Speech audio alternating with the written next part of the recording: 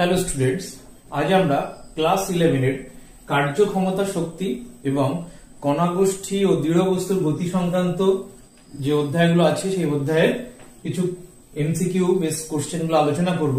দেওয়া আছে যদি F is equal to 2i cap plus 3j cap minus 4k cap এত নিউটন বল এবং v দেওয়া আছে 3i cap plus 2j cap metre per second বেগ, তাহলে তাৎক্ষণিক ক্ষমতা কত হবে আমাদেরকে বের করতে হবে। আমাদেরকে তাৎক্ষণিক ক্ষমতা বের করতে গেলে কি করতে হবে? তাৎক্ষণিক ক্ষমতা F ডট V ক্ষমতা সমান সমান F ডট V করলেই হয়ে যাবে। P সমান সমান কি হবে আমাদের F ডট V। F এর মান কত আছে না 2i cap plus 3j cap minus 4k cap dot 3i cap plus 2j cap dot product করলে কত হবে 3 দুগুণে 6 প্লাস 3 দুগুণে 6 6 এর 6 12 k cap 0 হয়ে যাবে, তাহলে 12 ওয়াট হবে আমাদের ক্ষমতা। তাহলে এটাই উত্তর। চলে আসছি 2 এর দাগের অঙ্কে। দেওয়া আছে একটি তারকে 2 সেমি প্রসারিত করলে তারটির স্থিতিশক্তি হয় U, তারটিকে আরো 2 সেমি প্রসারিত করা হলে স্থিতিশক্তির বৃদ্ধি কত হবে। এখানে দেখবে স্থিতিশক্তির বৃদ্ধি কত হবে সেটা বের করতে বলেছে। তাহলে তারকে যদি প্রসারিত করা হয় স্থিতিশক্তি কি হবে, আমাদের সূত্র কি না U is equal to half k x square। তাহলে U is equal to half k x square, তাহলে U সমানুপাতিক আমরা লিখতে পারি x square। U সমানুপাতিক যদি x square হয়, আমাদের এখন কি বলেছে দৈর্ঘ্য কত বৃদ্ধি করেছে। প্রথম ক্ষেত্রে x is equal to 2 centimetre বা x1 ধরে নিতে পারি, আর x2 কত আরো 2 সেন্টিমিটার প্রসারিত করেছে, মানে 2 যোগ 2 মোট 4 সেন্টিমিটার। তাহলে সেক্ষেত্রে আমাদের কি আসবে, প্রথমটার জন্য u1 দ্বিতীয়টার জন্য যদি u2 ধরা হয় তাহলে x স্কয়ার মানে 2 স্কয়ার হবে, আর তারপরেরটা 4 এর স্কয়ার মানে হয়ে যাবে। তাহলে কত আসছে 4/16 মানে 1/4। তাহলে u2 is equal to 4 u1। u1 কত ছিল না 4u, অর্থাৎ প্রাথমিক যে শক্তি। তাহলে বৃদ্ধি কত, বৃদ্ধি সমান সমান u2 মাইনাস u1। u2 হচ্ছে 4u আর u1 হচ্ছে অনলি u, তাহলে কত 3u। তাহলে কতটা বৃদ্ধি হবে 3u। তাহলে তারটিকে আরো 2 সেমি প্রসারিত করা হলে স্থিতিশক্তির বৃদ্ধি হবে 3u। এরপরে চলে আসছি 3 এর দাগের অঙ্কে। দেওয়া আছে স্থির ক্ষমতার একটি যন্ত্রের সাহায্যে একটি বাক্সকে একটি সরলরেখায় সরানো হচ্ছে। t সময়ে যে দূরত্ব সরবে তার সঙ্গে সমানুপাতিক হবে। কোনটা সমানুপাতিক হবে সেটা আমাদেরকে বের করতে হবে। তা আমরা কি জানি, স্থির ক্ষমতা সমান সমান p যদি ধরা হয় p is equal to ball into beg F into v। আবার F is equal to কি লিখতে পারি আমরা ma ইনটু v। এবার m ত্বরণ কি হবে সরণ বাই সময়ের স্কয়ার, আর v কি হবে সরণ বাই সময়। তাহলে কি আসছে m into s square by t cube. এখন বলেছে t সময় যে দূরত্ব সরবে তার সঙ্গে সরণ মানে কি সমানুপাতিক হবে। তাহলে সরণ আর t সম্পর্ক বের করতে মানে s আর t সম্পর্ক। এখন স্থির ক্ষমতা বলেছে, তাহলে p ধ্রুবক হবে। p যদি ধ্রুবক হয় তাহলে আমরা কি লিখতে পারি সরাসরি s স্কয়ার সমানুপাতিক t কিউব। তাহলে s সমানুপাতিক t টু দি পাওয়ার 3/2, কারণ p ধ্রুবক। p যদি ধ্রুবক হয় তাহলে আমরা s স্কয়ার সমানুপাতিক t কিউব লিখতেই পারি ভেদের নিয়ম অনুযায়ী। তাহলে s সমানুপাতিক t টু দি পাওয়ার 3/2, তাহলে আমাদের এই অ্যানসারটা ঠিক হবে। এরপরে চলে আসছি 4 এর দাগের অঙ্কে। শ্রেণীতে অবস্থিত দুটি স্প্রিং এর বল ধ্রুবক যথাক্রমে 100 নিউটন পার মিটার এবং 150 নিউটন পার মিটার। ব্লকটিকে সাম্যাবস্থানের ডান দিক থেকে 2.5 সেন্টিমিটার পর্যন্ত টানা হলো, এদিকে 2.5 সেন্টিমিটার পর্যন্ত টানা হলো। তাহলে ডান দিকে স্প্রিং এর কৃতকার্য ও বাম দিকে স্প্রিং এর কৃতকার্যের অনুপাত কি হবে আমাদেরকে বের করতে হবে। তা ক্রিয়াশীল বল যদি একই হয় তাহলে আমরা কি লিখতে পারি? দুটোর ক্ষেত্রে ক্রিয়াশীল বল প্রথমটার যদি বল ধ্রুবক k1 হয় আর তার বৃদ্ধি যদি x1 হয় তাহলে k1 x1 k2 x2 লিখতে পারি। k1 কত না 100 নিউটন পার মিটার আর k2 কত k2 হচ্ছে আমাদের 150 এটা x2। তাহলে x1 সমান সমান কত আসবে 150 বাই 100 x2 কাটাকুটি করলে 3/2 x2। এখন এটা হচ্ছে x1 সমান সমান। এবার দৈর্ঘ্য বৃদ্ধি কত বলেছে টোটালে 2.5 সেন্টিমিটার 2.5 সেন্টিমিটার অর্থাৎ x1 প্লাস x2 হচ্ছে 2.5 সেন্টিমিটার। তাহলে x1 সমান যদি আমরা 3/2 x2 হয় এখান থেকে ক্যালকুলেট করলে কত পাবো 5x2 by 2 is equal to 2.5 therefore x2 is equal to 5 by 5 মানে 1 আসবে। তাহলে x2 যদি 1 হয় তাহলে x1 অটোমেটিক্যালি কত হবে না 1.5 হবে।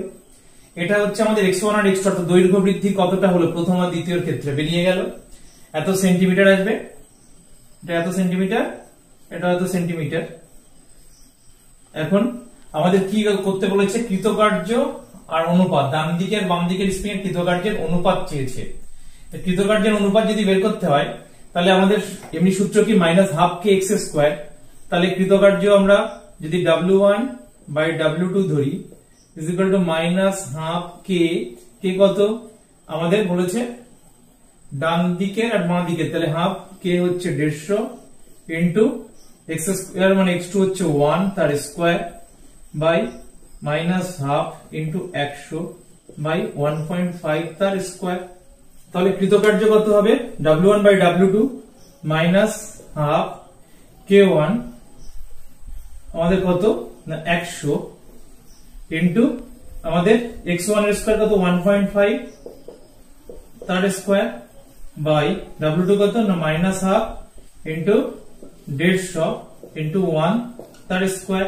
হাফ হাফ কেটে গেল 100 আর 150 উপরে হবে আমাদের 2 ইনটু 1.5 ইনটু 1.5 বাই নিচে 3 ইনটু 1 দশমিক তুলে দিলে এটা 10 হয়ে যাবে, এটাও 10 হয়ে যাবে।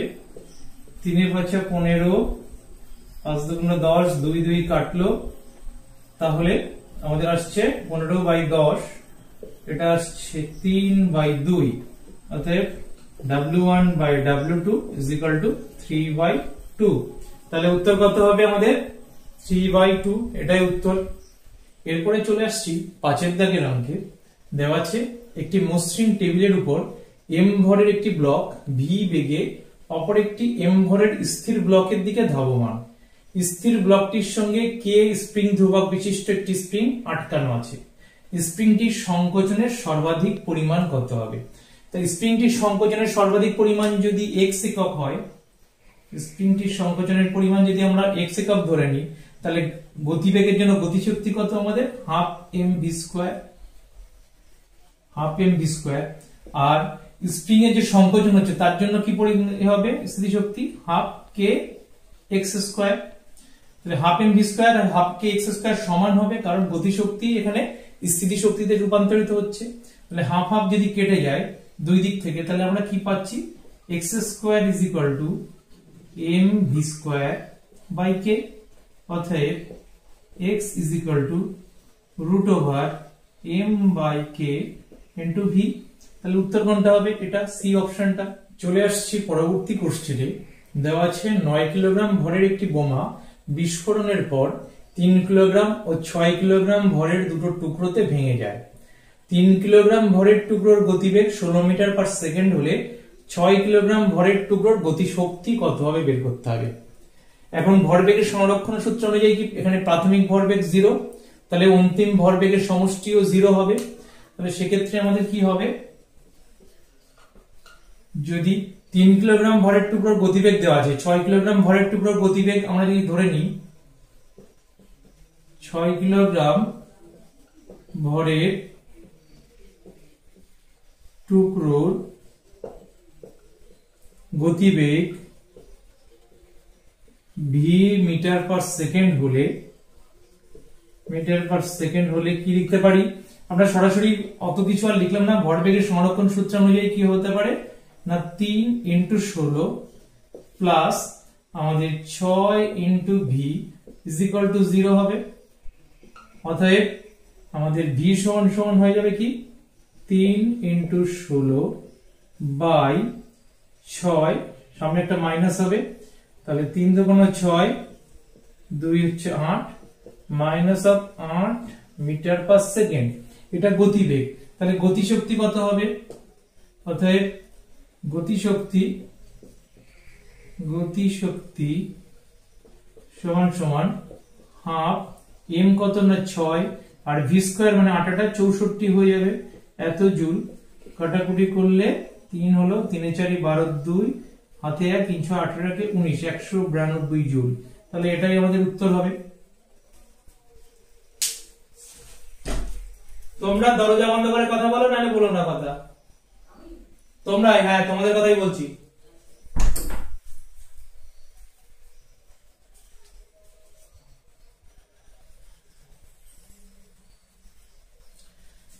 এরপর চলে আসছি পরবর্তী কোশ্চেনে। দেওয়া আছে তিনটি কণার ভর 1 গ্রাম 2 গ্রাম এবং 3 গ্রাম। এক্স ওয়াই তলে এদের স্থানাঙ্ক দেওয়া আছে 1 1 2 0 -1 এবং 2 -3।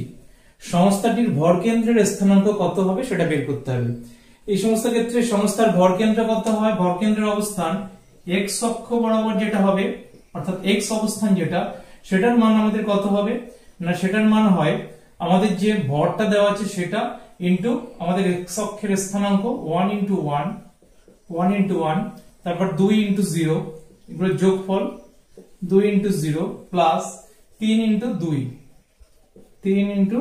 2 বাই ভরগুলো যোগফল 1 + 2 + 3 কত আসবে? 3 × 6 এর 7 7/6। এটা এক্স অক্ষের স্থানাঙ্ক। আর ওয়াই অক্ষের স্থানাঙ্ক কত হবে ভর কেন্দ্রের? সেক্ষেত্রেও একই রকম, ওয়াই অক্ষ বরাবর 1 × 2 প্লাস 2 × -1 প্লাস 3 × -3 বাই ভরগুলোর যোগফল অর্থাৎ 1 + 2 + 3। এটা কত আসবে?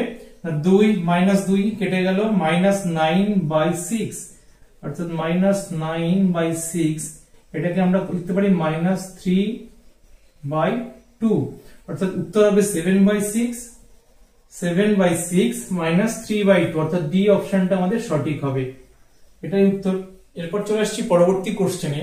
দেওয়া আছে 4i cap -5j cap + 3k cap Newton এত মানের একটি বল i cap + 2j cap + 3k cap এত মিটার বিন্দুতে ক্রিয়াশীল।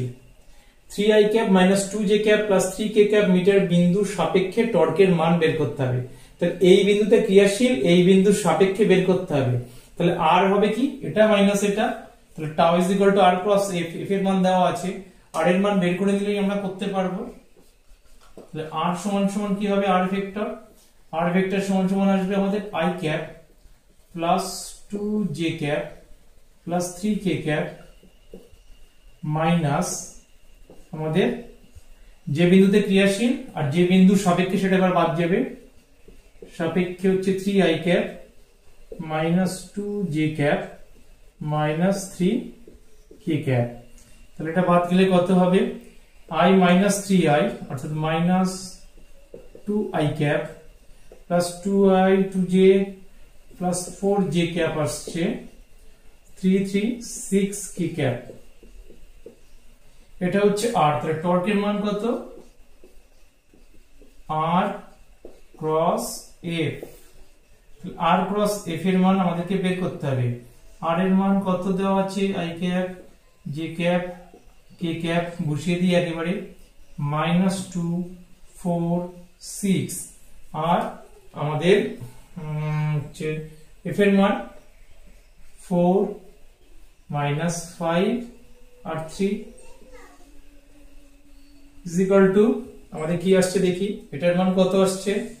12 + 30 অর্থাৎ 42 i ক্যাপ যে 24 প্লাস 6 30 জে ক্যাপ,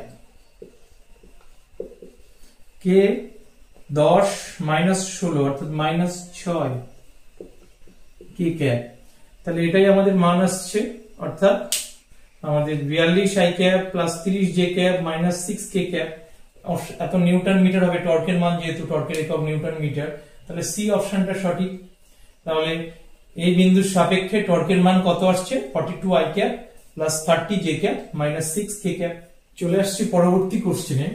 দেওয়া আছে 6 কিলোগ্রাম ও 4 কিলোগ্রাম ভরযুক্ত দুটি বস্তুর বেগ যথাক্রমে 5 i cap minus 2 j cap plus 10 k cap metre per second এবং 10 i cap minus 2 j cap plus 5 k cap metre per second হলে ওদের ভর কেন্দ্রের বেগ কত হবে আমাদেরকে নির্ণয় করতে হবে।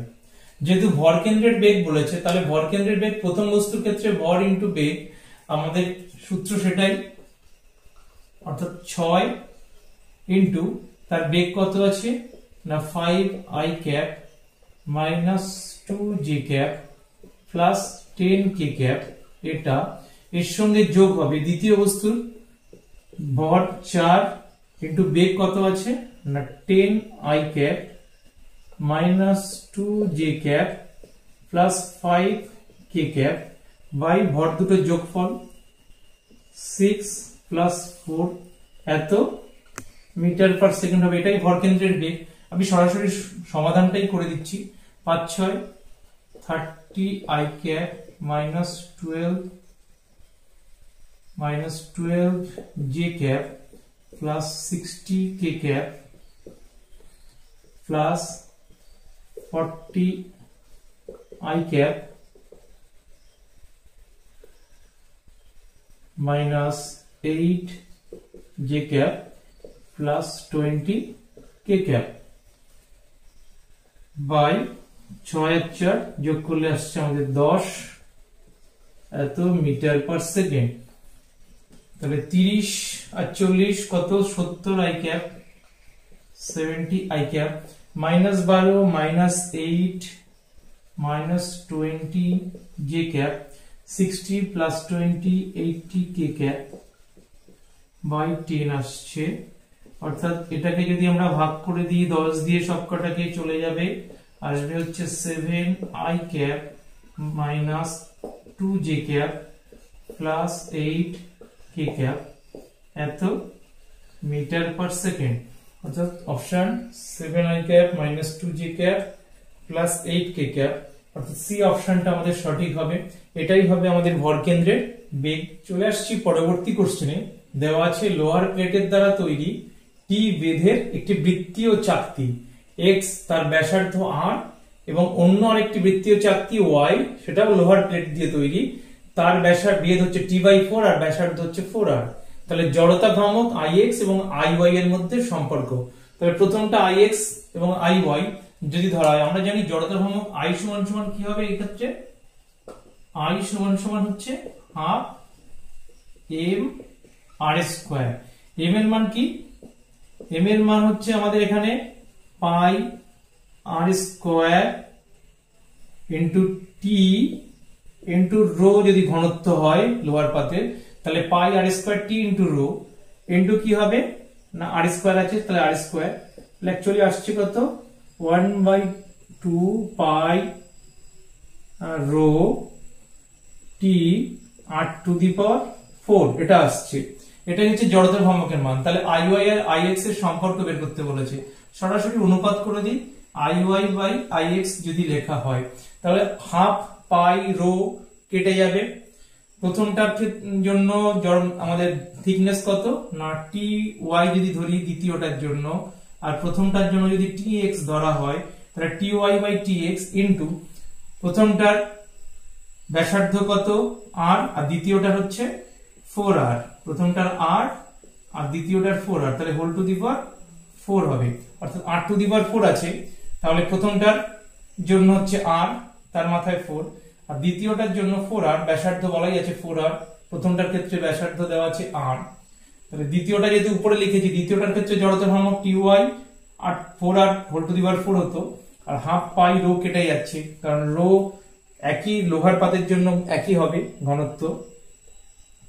তাহলে এখানে কি আসবে আমাদের ty/tx। ty কত বলেছে, ty t/4, ty হচ্ছে আমাদের t/4 নিচে, আর tx কত t ছিল, আর কেটে গেলে আমাদের কত আসবে 4⁴। তাহলে এখানে কাটাকুটি করলে কত আসছে না 4 কিউব, অর্থাৎ 4 কিউব মানে আসছে 64, 4 4 16, 4 16 64। তাহলে iy সমান কি আসছে, therefore iy সমান 64 ix, অর্থাৎ অপশন সি হবে আমাদের উত্তর, iy 64 ix। তাহলে জড়তা ভ্রামক ix এবং iy এর মধ্যে সম্পর্ক এটা। চলে আসছি পরবর্তী অঙ্কে, দেওয়া আছে m ভরের এবং r ব্যাসার্ধে একটি সুষম ফাঁপা চোঙ, এর চারিদিকে জড়ানো ভরহীন সুতোর সাহায্যে m ভরের একটি বস্তু ঝুলন্ত অবস্থায় আছে। সুতোটি যদি চোঙের উপর পিছলে না যায় তাহলে বস্তুটি ছাড়ার পর কত ত্বরণে পড়বে। বস্তুটা যখন পড়বে তাহলে চোঙটাও নিশ্চয়ই ঘুরবে। তাহলে চোঙের রৈখিক ত্বরণ আর কৌণিক ত্বরণের ক্ষেত্রে আমরা সম্পর্ক কি জানি, এ যদি আমাদের রৈখিক ত্বরণ সমান যদি এ হয়, রৈখিক ত্বরণ সমান এ, আর কৌণিক ত্বরণ সমান যদি আলফা হয়, তাহলে এদের মধ্যে সম্পর্ক কি, এ সমান হবে আর আলফা, আর কে, আর হচ্ছে ব্যাসার্ধ। এবার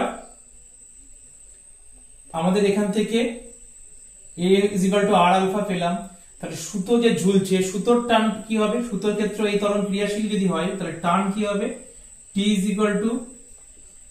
ক্রিয়াশীল বল, টান মানে ক্রিয়াশীল বল, আর ক্রিয়াশীল বল নিউটনের দ্বিতীয় গতিসূত্র অনুযায়ী F ma, অর্থাৎ টানটাই বল, আর ma এখানে পেয়েছি m কত, m ই আছে ভর, তাহলে m আর আলফাকে আমরা ma হিসাবেই প্রকাশ করতে পারি, যেটা রৈখিক ত্বরণ হিসাবে ma।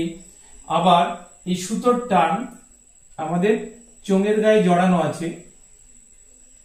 এবার সুতোটা যখন চোঙের দু সাইড দিয়ে আমাদের একটা সাইডে যখন পড়ছে তখন অভিকর্ষজ ত্বরণের প্রভাবে পড়ছে, কিন্তু প্রকৃতপক্ষে সে তো অভিকর্ষজ ত্বরণে পড়ছে না, সুতোর টান তাকে বাধা দিচ্ছে। তাহলে সুতোর টান বাধা দেওয়ার জন্য কি হচ্ছে, সে এ ত্বরণ নিয়ে পড়ছে। তাহলে সেক্ষেত্রে ক্রিয়াশীল বল আমাদের অ্যাকচুয়ালি তার উপর mg বল কাজ করছে, তাকে বাধা দিচ্ছে কি সুতোর টান ইজ ইকুয়াল টু আমাদের প্রকৃত ত্বরণ mg minus T is equal two ma, এটা সুতোর ক্ষেত্রে। তাহলে mg minus T is equal two যদি ma হয়, আমাদেরকে বলেছে ত্বরণ কত ত্বরণ নিয়ে পড়বে, তাহলে mg is equal two ma plus T, ma plus টির মান কত, টির মানও ma, অর্থাৎ এটা সমান কত আসছে না 2ma, দুই দিক থেকে m যদি কেটে যায় তাহলে a ইজ ইকুয়াল টু কত আসবে না g/2, অর্থাৎ বস্তুটা যে ত্বরণ নিয়ে পড়ছে, অর্থাৎ চোঙের গায়ে যে সুতো জড়ানো আছে m ভরের বস্তু ঝুলছে সেখান থেকে, সে তাহলে g/2 ত্বরণ নিয়ে নিচে পড়বে। এখানটাই বোঝার আছে যে অভিকর্ষজ বলের প্রভাবে বস্তুটা নিচে পড়ছে, অভিকর্ষজ বলের প্রভাবে m ভরের বস্তু যদি নিচে পড়ে তাহলে ক্রিয়াশীল বল mg, আর mg বলকে বাধা দিচ্ছে কে সুতোর টান, সেটাই তো চোঙের গায়ে জড়ানো, তাহলে এর থেকে সুতোর টান বাদ যাবে। এর ফলে কি হবে, সে জি ত্বরণ নিয়ে পড়তে পারবে না। কোন ত্বরণ নিয়ে পড়ছে, নতুন একটা ত্বরণ, সেটা হচ্ছে এই ত্বরণ নিয়ে যদি পড়ে তাহলে এখানে ma এইটার সঙ্গে সমান হবে, অর্থাৎ কি কার্যকরী বল এটা, সেটাই তো m এর সঙ্গে সমান, কারণ নিউটনের দ্বিতীয় গতিসূত্র তাই বলে বল ইজ ইকুয়াল টু ভর ইনটু ত্বরণ। তাহলে সেখান থেকে আমরা পেয়ে গেলাম a is equal two g/2, এটাই উত্তর। চলে আসছি পরবর্তী অঙ্কে, দেওয়া আছে 200 রেডিয়ান পার সেকেন্ড কৌণিক বেগে ঘূর্ণনরত একটি ইঞ্জিনকে 180 নিউটন পার মিটার টর্ক উৎপন্ন করতে গেলে ইঞ্জিনের ক্ষমতা কত হবে, অর্থাৎ ইঞ্জিনের পাওয়ার বা ক্ষমতা বের করতে হবে। এখানে কৌণিক বেগ দেওয়া আছে 200 রেডিয়ান পার সেকেন্ড, অর্থাৎ ওমেগা সমান আমাদের 200 রেডিয়ান পার সেকেন্ড, আর টর্ক দেওয়া আছে কত, টর্ক হচ্ছে 180 নিউটন মিটার। তাহলে ইঞ্জিনের ক্ষমতা সমান সমান কি হবে, টাউ ইন্টু ডাব্লিউ অর্থাৎ ওমেগা, তাহলে 180 ইন্টু 200 এত ওয়াট হবে।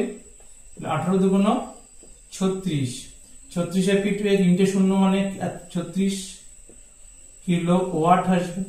তাহলে উত্তর কত হবে, বি অপশনটা। 3টে শূন্য মানে 10⁻³ ওয়াট অর্থাৎ 36 কিলো ওয়াট, এটাই উত্তর। চলে আসছি পরবর্তী কোশ্চেনে।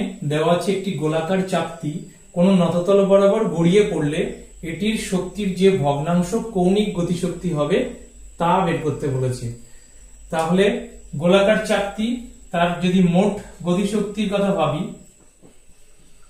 মোট গতিশক্তি আমাদের ই কে যদি ধরা হয়, তাহলে একটা হচ্ছে ঘূর্ণনের জন্য যে গতিশক্তি, তাহলে সেটা half I omega square, plus গতির জন্য যে গতিশক্তি half m v square. I সমান সমান কি আমাদের m r square by 2, m r square by 2, আর v is equal to omega R.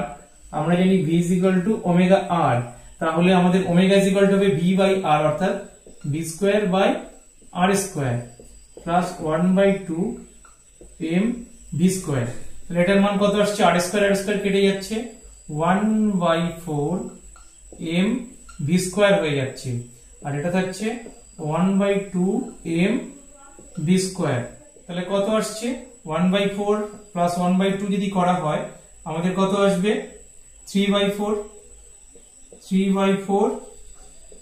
M v square. 3/4 m v square হচ্ছে টোটাল গতিশক্তি। তাহলে আমাদের বলেছে যে ভগ্নাংশ কৌণিক গতিশক্তি হবে, অর্থাৎ রোটেশনাল করার জন্য যে কৌণিক গতিশক্তি, সেটাকে যদি আমরা E1 ধরি বাই E2 লিখি, বা E rotational by total energy এটা ধরি টোটাল গতিশক্তি, তাহলে রোটেশনাল মোশন কত, 1/4 m v square, 1/4 m v square by টোটালটা কত না 3/4 m v square. M v square কেটে গেল, 4 কেটে গেল, 1/3। তাহলে আমাদের কত রেশিও হচ্ছে, কৌণিক গতিশক্তি হবে, এটির শক্তির যে ভগ্নাংশ কৌণিক গতিশক্তি হবে সেটা হচ্ছে 1/3। তাহলে এটাই আমাদের উত্তর। এছাড়াও তোমাদের যে সমস্ত কোশ্চেনে অসুবিধা হচ্ছে অবশ্যই কমেন্টসে জানাবে, নেক্সট সেশনে সেই কোশ্চেনগুলো নিয়ে অবশ্যই আলোচনা করব।